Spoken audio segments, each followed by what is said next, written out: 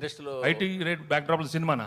కాదు sir, IT రేట్ల బ్యాక్డ్రాప్లో కొంతమంది నిర్మాతలతో మాట్లాడుతుంటే పెద్ద నిర్మాతలు ఒక సీరియస్ పాయింట్ చెప్పారు.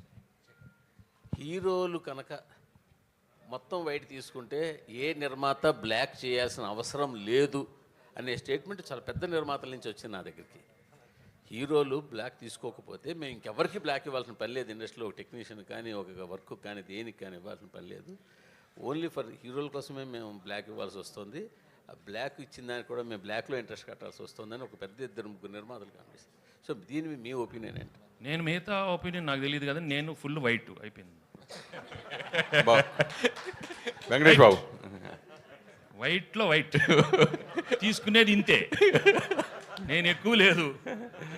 ఇన్ఫ్యాక్ట్ ఎక్కువ తీసుకునేది వైట్. అది ఆఫీస్లో తీసుకుంటారు. ఇప్పుడు డైలీ ఏదో తీసుకుంటాను, ఇది ఫర్ ఎక్స్పెన్సెస్. సింపుల్ అన్నమాట. బాబు